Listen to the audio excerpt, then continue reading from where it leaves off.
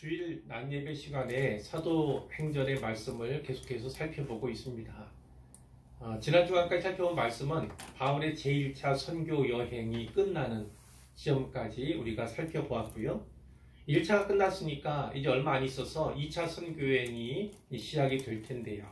오늘 본문은 바로 그 1차 선교 여행과 2차 선교 여행 사이에 있었던 일에 대해서 기록하고 있습니다. 물론 1차 선교 여행이 끝난 후에 사도 바울은 갈라디아의 성도들을 위해서, 교우들을 위해서 갈라디아서를 써서 보내게 되는 것이고요. 오늘은 예루살렘에서 일어난 공의회라고도 하고 예루살렘 총회 이렇게도 이야기할 수 있는 바로 이것에 대해서 살펴보려고 합니다.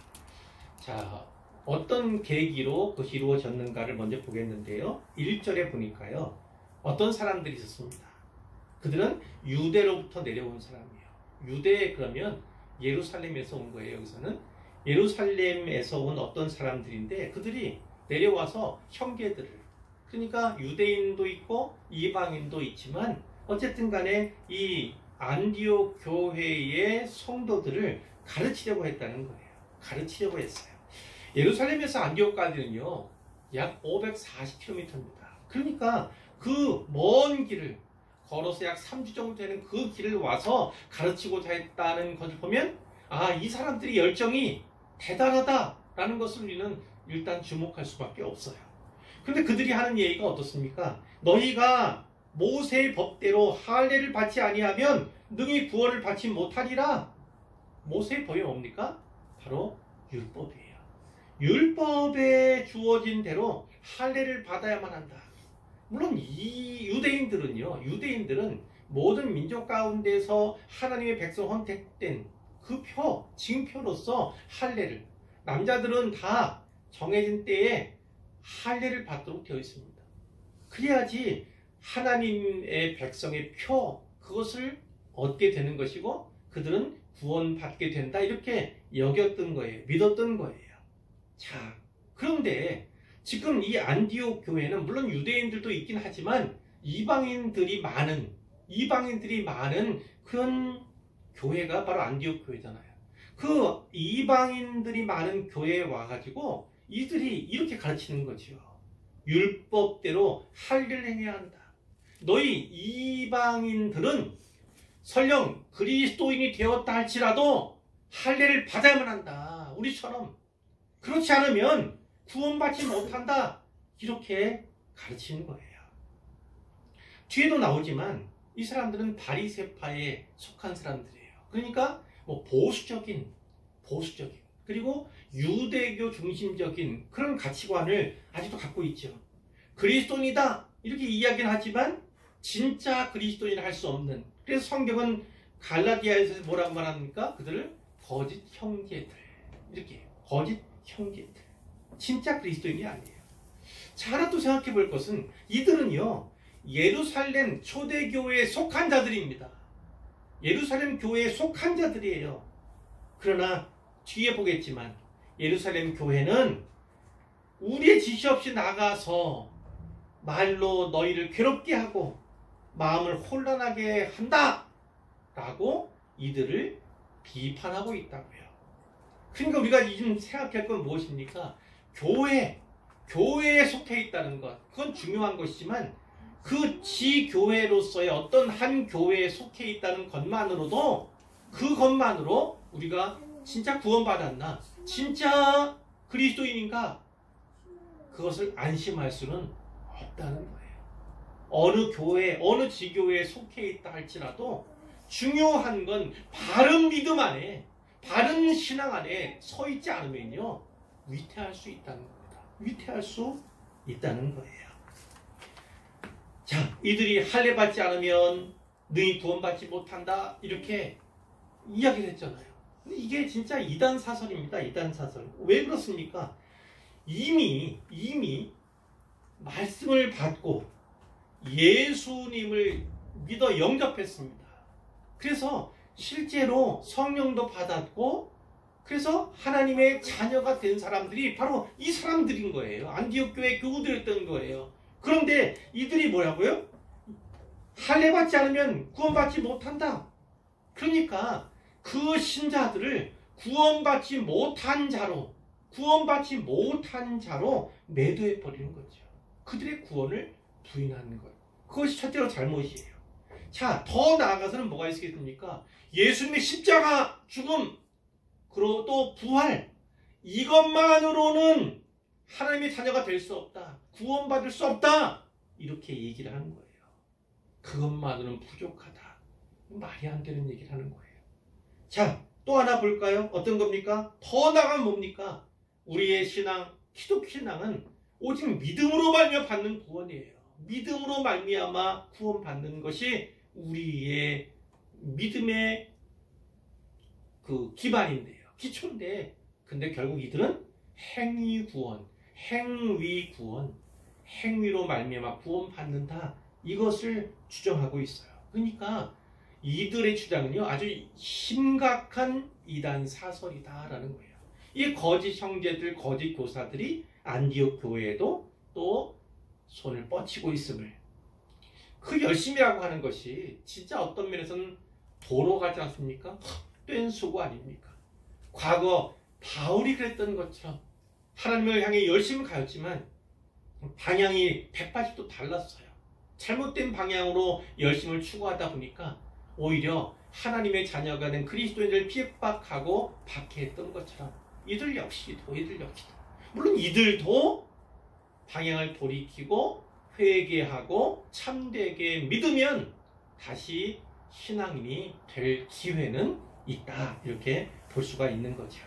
바울이 갈라디아서 5장 11절에서 이렇게 말씀한 적이 있어요. 형제들아, 내가 지금까지 할례를 전한다면 할례 받아라, 할례 받아야 한다, 그래야 구원받는다, 이렇게 말했다면 어찌하여 지금까지 박해를 받으리요? 근데 바울은 그럴 수 없었던 거예요. 그게 진리가 아니니까 박해를 오히려 자초하는 그런 거죠. 그런 맥락 가운데 있어요. 그리하였으면 십자가의 걸림돌이 제거되었으리니 십자가를 유대인들에게 전하는 어려움도 사라졌을 거다. 좀 더 수월하고 쉬웠을 거다. 그렇게 이야기를 한 바가 있는 거예요. 이 율법이 얼마나 중요하고 어려운 이슈인가? 그거는 사실 갈라디아서 2장 12절 13절에서 잘 나타나고 있습니다.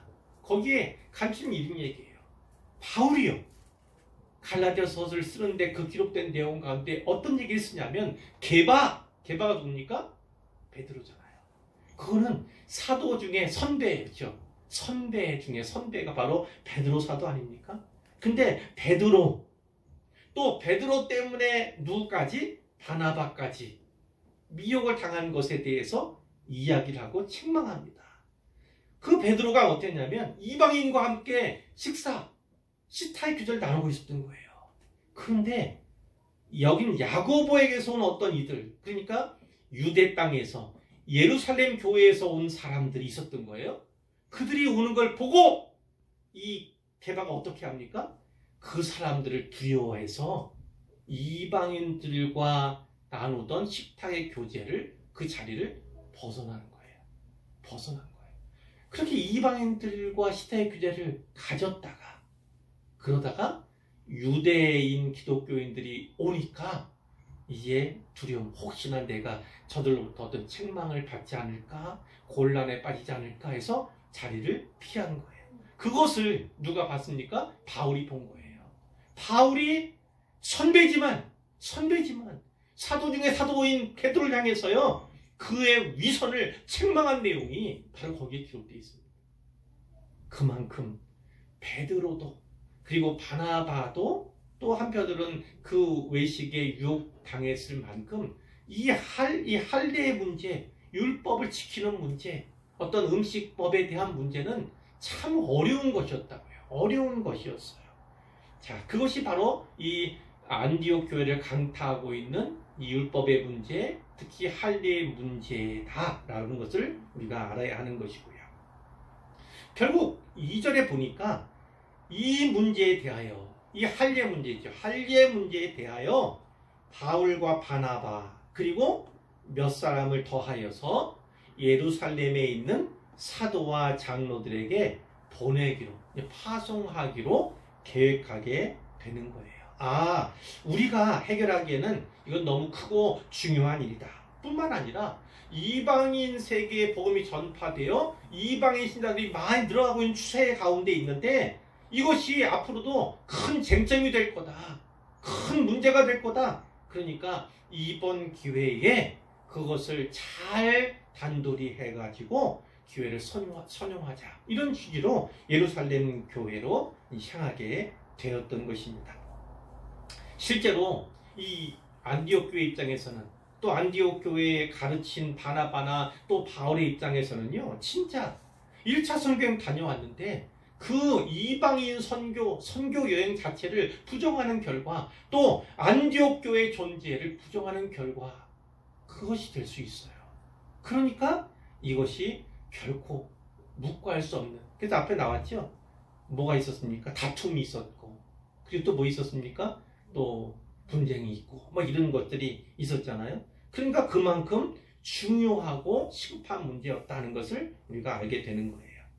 자, 3절에 보니까 이제 그들이, 이제 바울 일행에 다시 그들이 이제 교회 전송을 받아 가면서 베니게 사마리아로 지나가는 동안에 어떤 일 합니까?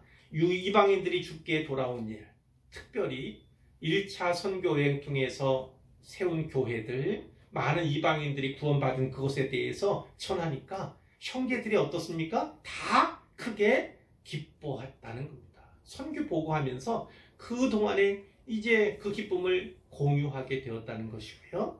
4절에 예루살렘에 도착했습니다. 거기 가서는 교회와 예루살렘 교회겠죠. 또 사도 장로들에게 영접을 받았다. 그때도 선교 보고를 했는데 하나님이 자기들과 함께 계셔서 행하신 모든 일, 지난 시간에도 봤죠. 우리 통해서 일하시는 하나님이시지만 결국 우리가 한 일이 아니라 하나님께서 우리를 통해 하신 일이다 라는 분명한 간증을 한 거예요. 자, 이렇게 얘기했는데 바리새파 중에 어떤 믿는 사람들, 그러니까 열심을 가지고 안디옥 교회에 왔던, 그래서 형제들을 가르치고 있던 그런 사람들과 거의 동일한 일파들이에요. 그들이 일어나서 말하는 겁니다. 이방인에게 할례를 행하고 모세 율법을 지키라 명하는 것이 마땅하다, 합당하다, 이렇게 주장하게 되는 거예요. 그들은 어떠해요? 불편함이 있었던 것 같아요. 유대인은 다른 이방인과는 다르다. 그러니까 우리 유대인 그리스도인은 다른 이방인 그리스도인들과도 달라야 한다. 이런 의식에 사로잡히는 거예요. 고정관념에 사로잡히는 거예요. 그런데 그 유대인과 이방인의 경계를 누가 허뭅니까? 이 바울 여행이 허물고 있으니까 불편했던 거죠. 불편한 거예요. 그러니까 자기들의 고집을 꺾지 않고 복음이 어떻게, 진리가 어떻게 계시하는가에 대해서 묵상함이 없이, 이해가 없이 그들을 차별하고 있는 것을 우리가 보게 되는 것이죠. 그러니까 모든 이방인들은 그리스도인이 되었다 할지라도 할례를 무조건 받아야 한다. 그러니까 그게 뭐예요? 이방인들은 그리스도인이 되려고 하면 먼저 뭐가요? 유대교인이 되어야 된다는 거예요. 유대교인이 된 다음에 그리스도인이 되어야 된다. 이렇게 얘기하고 있는 것입니다. 자, 그랬을 때 어떤 반응들이 있었는지 이제 예루살렘 공의회, 예루살렘 총회가 열리게 되는데, 역사를 보면 이것이 주후 48년 혹은 49년경 이렇게 알려져 있습니다. 48년에서 49년경에 개최가 되었다는 거예요. 사도와 장로들이 이 일을 의논하기 위해 모였습니다. 그 자리에도 많은 변론들이 있었어요. 갈등이 있었다는 거죠. 또 서로 주장을 내세웠다는 겁니다. 이런 많은 변론들을 들은 후에 베드로 사도가 일어나서 이렇게 이야기를 합니다. 근데 여기 베드로는 어떤 사람입니까? 제가 아까도 말씀드린 바가 있죠. 갈라디아서에 기록된 그 내용 보면 바로 몇 개월 전에 바울에게서 책망을 들었던 그 베드로입니다. 책망을 들었던 베드로예요. 그것도 사람들이 있는 데서 공개적으로, 어찌 보면 개인적으로 어때요? 망신당했다. 아니, 쟤가 나한테 저럴 수 있어? 아니, 사도 중에 끝이라고 하던 저 사람이 나한테 그럴 수 있어? 이 정도로 어떤 면에서는 참 부끄러움을 당할 수 있는, 수치를 당했다 이렇게 여길 수 있는 그런 일이에요. 근데 베드로가 큰 인물은 큰 인물인 거예요. 그 개인적인 그 어떤 수치감, 그걸 통해서 어떤 원한 마음의 상처 이렇게 받지 않았던 겁니다. 오히려 율법과 이 이방인의 관계에 대해서 더욱더 깊이 있는 묵상, 그리고 자기가 행한 일에 대해서 깊이 반성했던 인물이 바로 이 베드로다, 분명히 알 수가 있는 대목이죠. 자, 그가 하는 얘기 한 절마다 한 개, 두 개 이렇게 이야기를 한다면 한 5가지 이야기로 정리할 수 있는데, 7절의 뒷부분을 보면 이렇죠. 형제들아, 너희도 알거니와 하나님이 이방인들로 내 입에서 복음의 말씀을 들어 믿게 하시려고 오래전부터 너희 가운데에서 나를 택하시고. 자, 무슨 얘기하는 겁니까? 하나님께서 오래전부터 나를 택하셨다. 나를 택하셨다. 왜 택했다는 겁니까? 이방인들에게 복음의 말씀을 듣게 하시려고, 나를 통해 복음의 말씀을 듣게 하시려고 택하셨다. 그 얘기를 먼저 하는 거죠. 여러 사람이 있을 텐데 왜 하필 나한테? 물론 뒤에 이방인의 사도 바울이 나오지만, 그러나 이방인의 사도 바울이 실제 많은 일들을 행하기 바로 전에 그 정지 작업, 그 기초 작업이 베드로에서 이루어진 것이 많이 있잖아요. 우리가 잘 아는 것 중에 뭡니까? 고넬료와 그의 식구들이 예수 믿은 그 사건의 바로 주인공이 베드로였지 않습니까? 그러니까 그 이방인들을 향한 부르심, 택하심을 이 베드로가 마음에 진짜 간절하게 새기고 있었다는 것을 알 수가 있는 거죠. 두 번째로 8절에 보니까 마음을 하시는 하나님이 우리에게와 같이 그들에게도 성령을 주어 증언하시고, 고넬료 집에서도 있었던 것처럼 또 앞에서 뭐 있었어요? 사마리아에서도 그런 적이 다 있었죠. 그들에게도 우리와 같이 성령을 주셨다는 겁니다. 성령을 주셨다. 그러니까 바로 그것이 증인이라는 거예요. 그 증인이다. 자, 세 번째는 9절에 있습니다. 믿음으로 그들의 마음을 깨끗이 하사 그들이나 우리나 차별하지 아니하셨느니라. 이방인들이나 유대인이나 차별하지 않으신 하나님에 대해서 말씀하는 거예요. 어떤 면에서요? 믿음이에요, 믿음. 믿음으로 우리의 마음이 깨끗하게 되었다는 거예요. 그 깨끗하게 되었던 것은 죄의 문제를 해결받고 구원받게 되는데, 하나님은 그 믿음으로 말미암은 구원, 거기에 결코 차별이 없으셨다, 분명히 증언하는 거예요. 자, 네 번째는 10절에 있습니다. 그런데 지금 너희가 어찌하여 하나님을 시험하느냐? 우리 조상과 우리도 능히 매지 못하던 멍에를 제자들의 목에 두려느냐? 자, 어떤 내용이에요? 능히 매지 못하던 멍에가 뭐예요? 바로 율법이에요. 율법은 선한 것입니다. 하나님께서 자기 백성에게 주신 거기 때문에 선한 거예요. 그러나 그 율법을 어기지 않을 수가 없죠. 완전히 지키는 것은 전혀 불가능합니다. 만일 율법을 온전히 지킬 수 있다면 그는 율법으로 구원받을 수 있을 거예요. 그 지킴으로 구원받을 수 있을 거예요. 그러나 어떠한 인생도 그 율법을 완전하고도 온전하게 지킬 수는 없습니다. 아무도 없어요. 아무도. 그렇기 때문에 그것이 뭐가 됩니까? 멍에가 되는 거예요. 능히 매지 못하는, 능히 질 수 없는 멍에가 되는 거예요.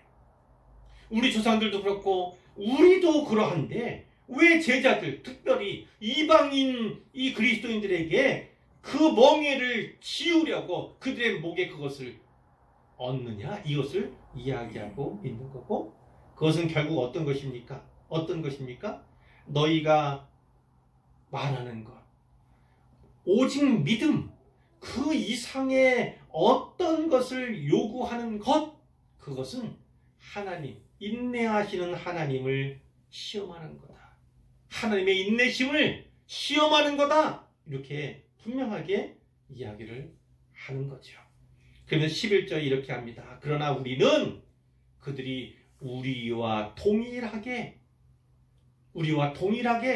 주 예수의 은혜로 구원받는 줄을 믿노라. 유대인인 우리만 아니라 이방인들도 다 오직 예수의 은혜로 구원받는 줄 나는 믿는다. 우리는 믿는다. 이렇게 이야기를 하죠. 동일하게 대하시는 이방인과 유대인을 차별 없이 대하시는 그 은혜에 집중하고 있는 것입니다. 자, 그러자 누가 나섭니까?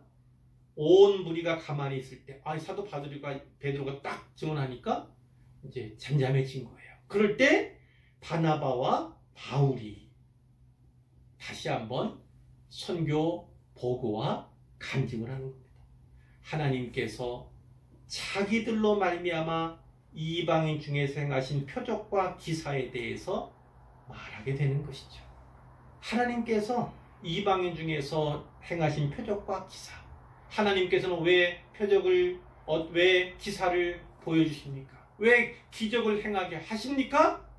인생에게 사도들에게 왜 기적을 행하게 하십니까? 그들이 전하는 복음이 확증되게 하기 위해서 그 복음이 바로 위로부터 하나님께로부터 주어졌다는 것 그리고 자신들이 하나님께로부터 파송받은 자들 보내심을 입은 자들임을 확증해주는 도구로 표적과 기사가 사용이 되는 거잖아요. 자, 그것이 하나님께로부터 주어졌으니까 하나님께서 이방인들에게 이방 세계에 행하고자 하시는 드러내고자 하시는 하나님의 뜻 그것이 분명히 엄존했음을 보게 되는 거예요. 자, 이들이 선교 보고와 간증까지 마쳤을 때 누가요? 야고보가 말합니다. 순서상으로 야고보가 마지막에 결론 내듯이 정리하듯이 하는 거예요. 그러니까 야고보가 예루살렘 교회에서 어떠한 지위, 어떠한 위치에 있는지를 알 수가 있는 그 대목이죠. 이 야고보는 예수님의 동생 중에 한 명이었어요. 그 야고보입니다. 근데 이 야고보가 예루살렘 교회의 지도자로 있음을 우리가 분명히 확인하게 되는 거예요. 왜냐하면 맨 마지막에 바로 결론을 내리는 위치에 그가 있기 때문에 그러는 것이죠. 자, 예수님의 동생이니까 뭐 그렇겠지. 그럴까요? 그렇지 않습니다. 이 야고보의 인격과 경건은 대단했어요. 그래서 바로 낙타무릎 기도의 사람이잖아요. 낙타무릎이라고 하는 별명을 가진 분이 바로 이 야고보예요. 이 야고보.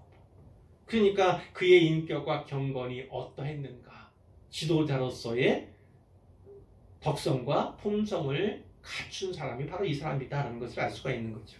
형제들아 내 말을 들으라. 14절에 하나님이 처음으로 이방인 중에서 자기 이름을 위할 백성을 취하시려고 간단히 말하면 하나님이 이방인 중에서 자기 백성을 취하시려고 그들을 돌보신 것을 시므온이 말하였으니 이 시므온이 누굽니까? 이 시므온은 바로 베드로예요. 그러니까 앞에 뭐가 있었어요? 게바라고 하는 호칭도 있었죠. 그리고 여기 시몬, 그건 시몬 같은 거예요. 결국 베드로를 이야기하는 거죠. 자, 시몬이 말하였으니 선지자들의 말씀이 이와 일치하도다. 베드로가 이야기한 바로 그것은 선지자들이 예언했던 그 말씀이 오늘날 이루어진 거다. 그 과거에 주어진 선지자들의 말씀과 이 벌어지고 진행되고 있는 일련의 일들이 서로 일치하는 거다. 기록된 바 그러면서 아모스 9장 11절에서 12절을 인용해서 이야기하는 것입니다. 이후에 내가 돌아와서 다윗의 무너진 장막을 다시 지으며 또 그 허물어진 것을 다시 지어 일으키리니 다윗의 장막을 다시 세우시겠다, 하나님이 세우시겠다 하신 그 말씀을 인용한 것입니다. 이 말씀은 어디입니까? 바로 이스라엘의 회복에 대한 예언 중에 있어요.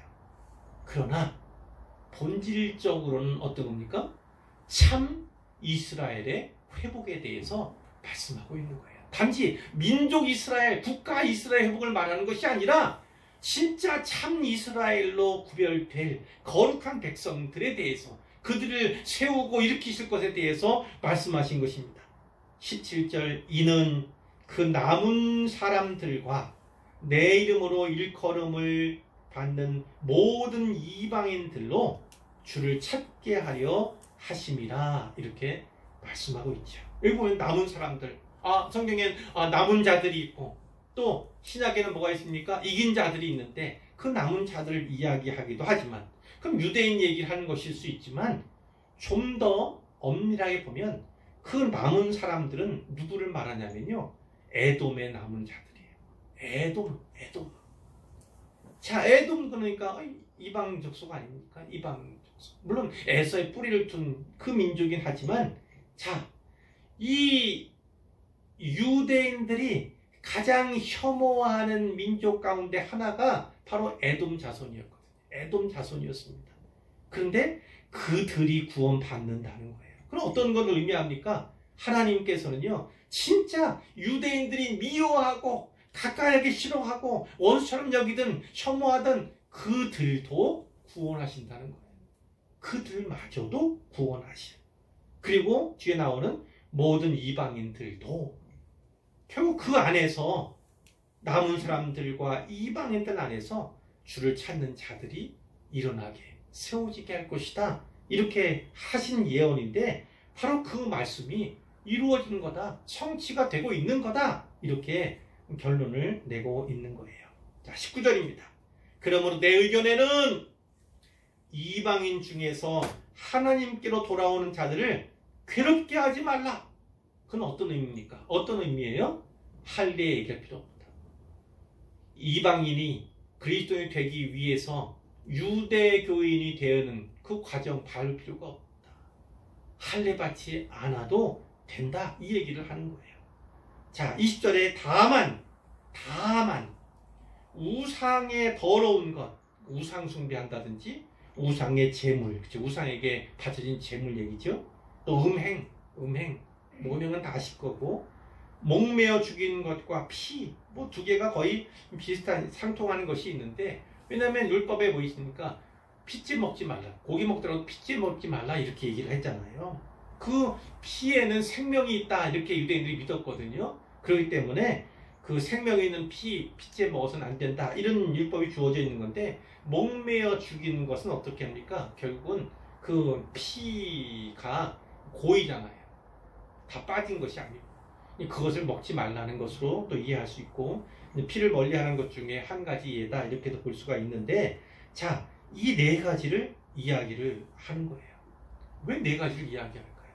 오늘날 우리가 보면 당연히 음행은 피해야 되죠.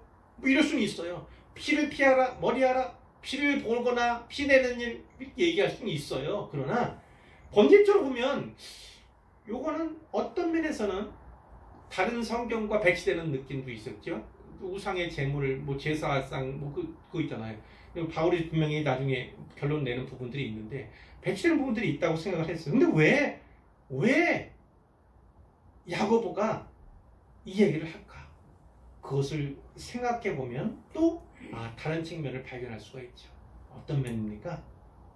유대인들이 진짜 미워하는 것, 싫어하는 것, 그들이 금하고 있는 것, 이방인으로서 그리스도인 된 자들은 그것을 감안해줘라, 배려해줘라, 이런 의미에서 하는 거예요. 이것이 법적으로 딱딱딱 이렇게 땅땅땅 때려지는 그런 얘기가 아니에요.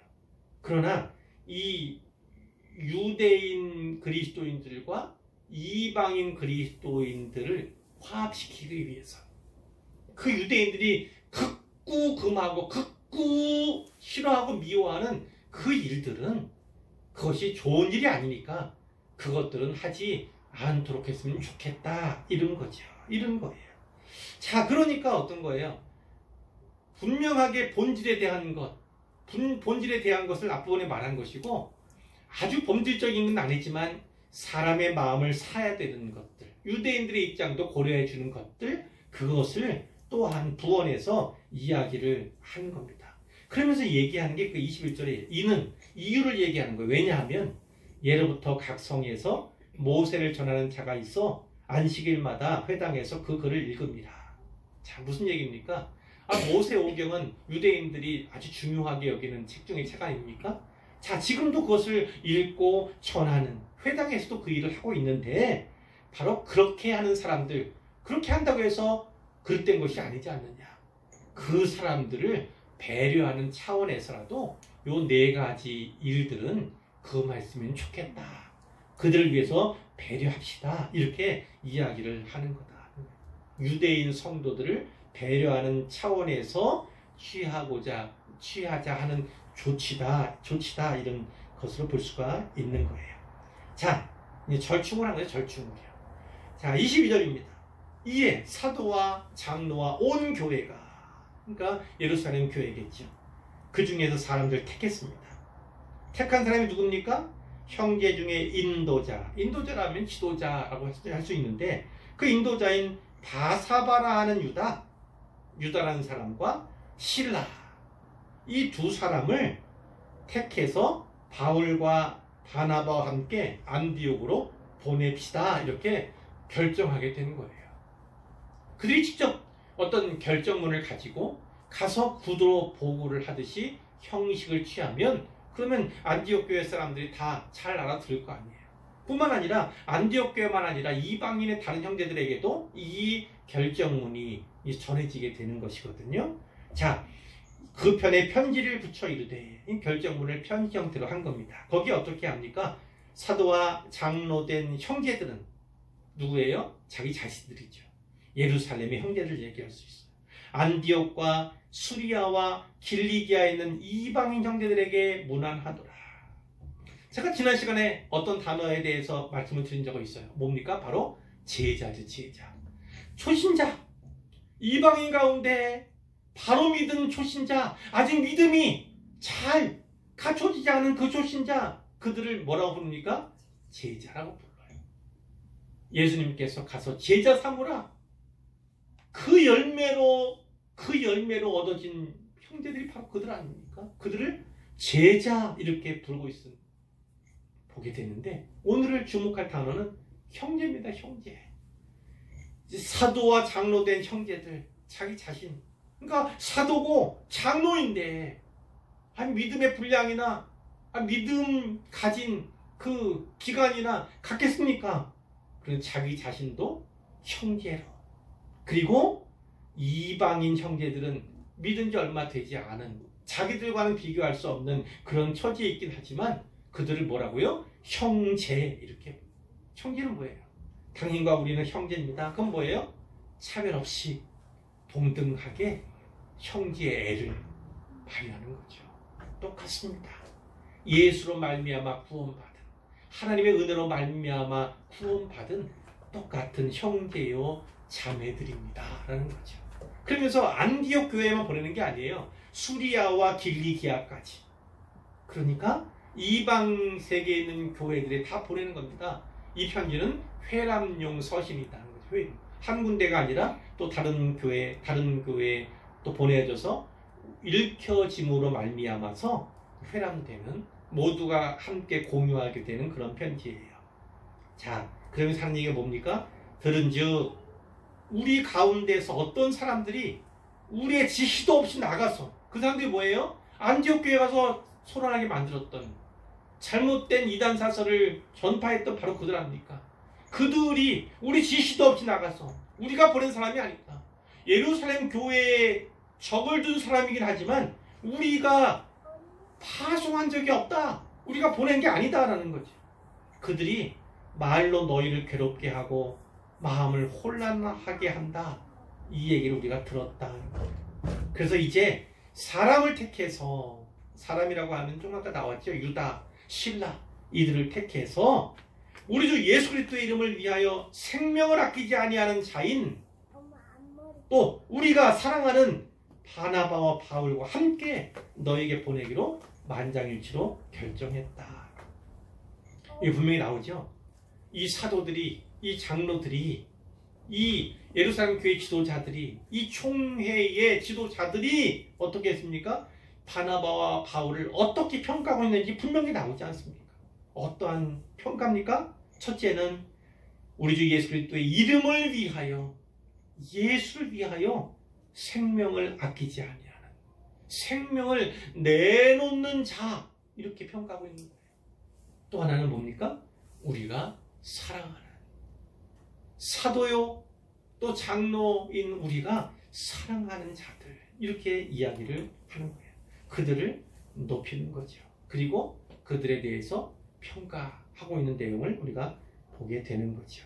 우리가 유다와 실라를 보내니 그들도 이 일을 말로 전하리라. 서신을 보내지만 그 회중들 앞에서 읽히고 또 말로 할 수 있는 하는 역할이 바로 유다와 실라에게 주어졌다는 거예요.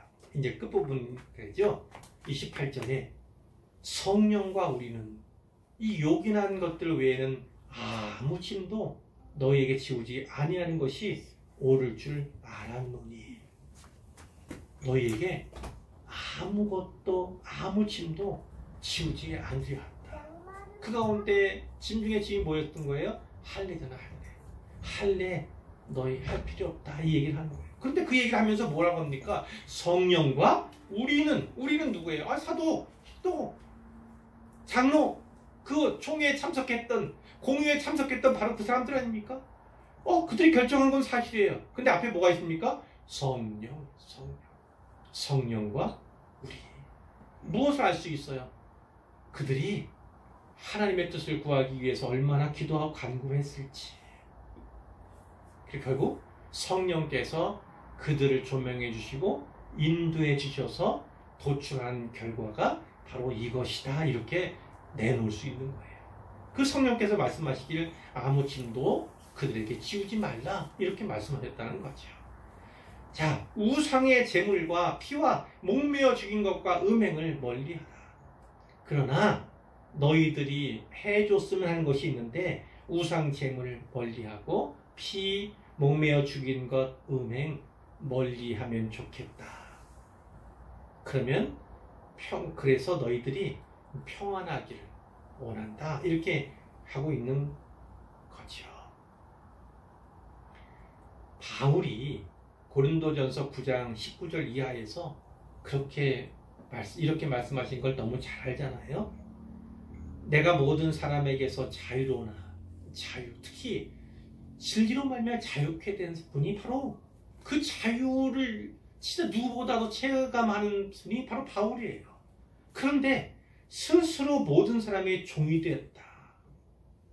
모든 사람이 오히려 매인 것처럼 오히려 자유롭지 못하게 된 그 상황을 얘기합니다. 그러면 그 이유를 뭐라고 합니까? 더 많은 사람을 얻고자 합니다, 이렇게 얘기하고 요약하면 거죠. 내가 유대인과 같이 된 것은 유대인을 얻고자 하며 율법 아래에 있는 자같이 된 것은 율법 아래에 있는 자들을 얻고자 하며 율법 없는 자와 같이 된 것은 율법 없는 자들을 얻고자 합니다. 내가 약한 자와 같이 된 것은 약한 자들을 얻고자 하며 내가 여러 모습이 된 것은 아무쪼록 몇 사람이라도 구원하고자, 몇 사람이라도 더 구원하고자 한 것이다, 라는 거예요.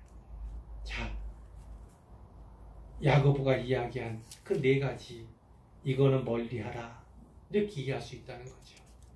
그것은 복음, 진리 꼭 지켜야만 하는 그것이다, 아주 본질적이다 라기에는 조금 벗어나 있는 것이 있어요. 말씀드린 것처럼 음행, 우상, 제물 이런 것은 음행 이런 것은 당연히 피해야 되지만 그렇지 않은 것들도 있긴 있다는 거죠. 나머지 세 가지가. 그런데 이렇게 너희들에게 해줬으면 좋겠다, 이렇게 이야기하고 결국 결정하게 된 것은 바로 이런 것입니다.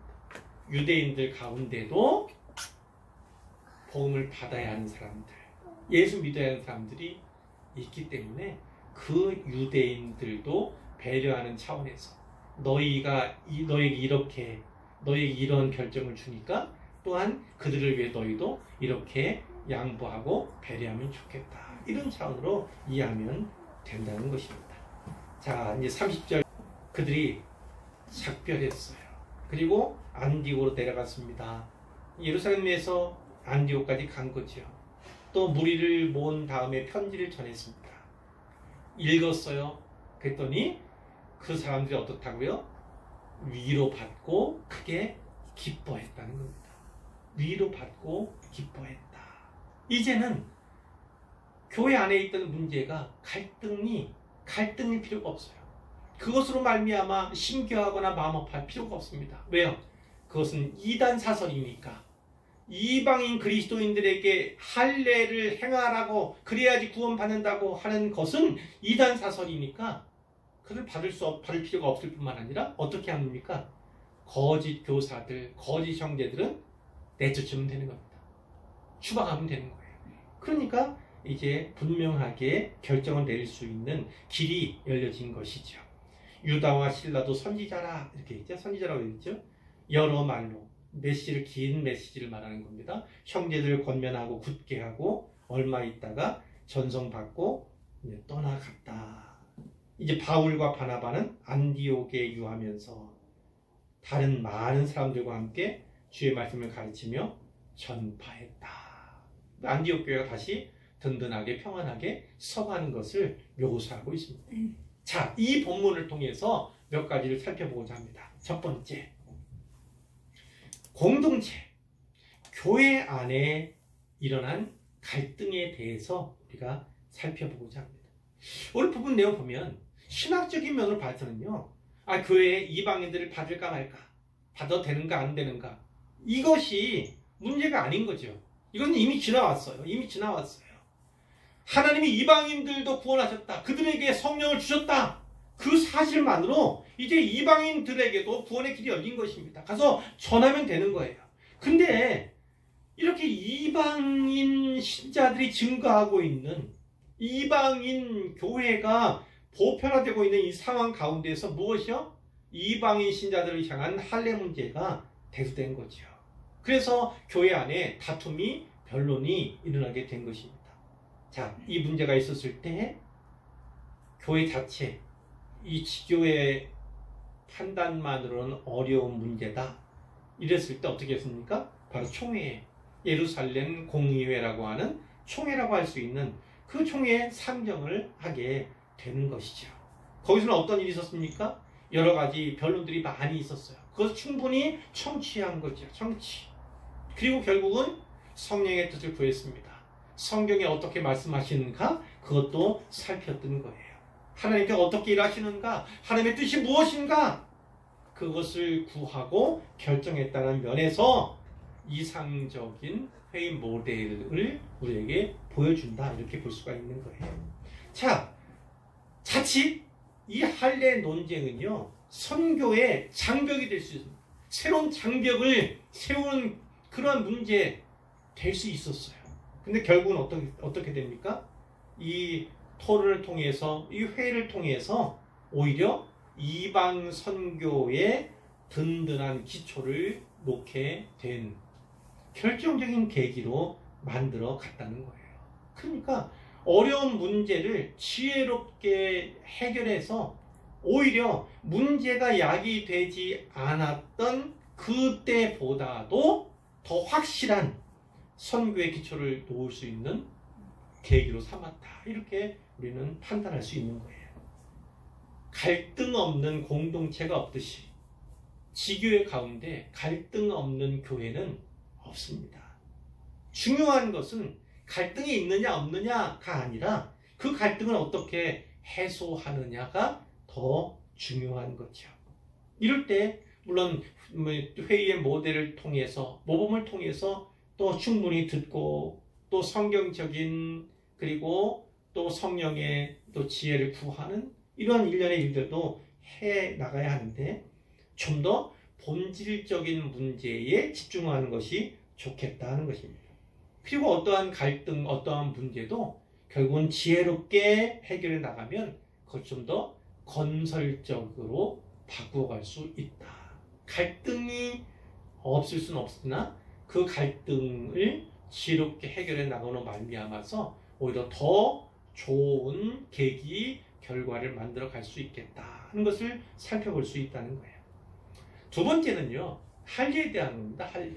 할례가 뭔지는 아시잖아요. 유대인 하나님의 백성으로 구별된 그들의 표가 바로 할례입니다. 할례. 오늘날에는 우리나라 사람들은 많이 그렇기도 하지만 특히 유대인들, 이슬람 사람도 그렇습니다. 그들은 할례를 지금도 행하는 것인데요. 그들은 몸에 있는 육체적인 표를 중시하는 그 전통이 또 율법이 그들에 있기 때문에 그런 것인데, 성경은 분명히 우리에게 말씀합니다. 오늘 우리는 어떻게 받아야 하는가? 육체의 할례가 중요하지 않다. 이방인 그리스도인들, 실제 좀 더 폭을 넓혀보면 우리도 사실 이방인 그리스도인이잖아요. 그러나 할례 받지 않아도 구원에는 문제가 없는 거다. 우리는 분명히 알 수 있고, 성경이 분명히 말하기를 육체의 할례가 중요한 것이 아니라 마음의 할례가 중요하다.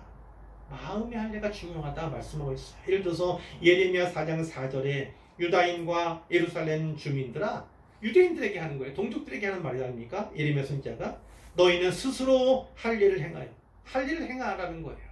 그런데 너희 마음 가죽을 베고 나 여호와께 속하라. 뭐예요? 포피를 제거하는 그 육체의 할례, 그것이 아니라 너희 마음 가죽을 베라는 겁니다. 마음 가죽을 베라. 그건 결국 어떻게 나타납니까? 성령께서 우리를 조명해 주셔야만 가능한 일입니다. 만져주시고 터치해 주셔야만 가능한 일인 거예요. 조명에 대해서 우리가 가끔 나누기도 하지만 그 조명이라는 건 말씀 조명해 주실 뿐만 아니라 우리의 마음을, 우리의 죄를 조명해 주는 능력이 있습니다. 그 말미암아 우리가 애통해야 합니다. 죄 문제 가운데 있는 번번이 넘어지고 쓰러지는 우리의 죄 문제, 우리의 삶의 또 태도의 문제에 대해서 애통해야 한다는 거예요.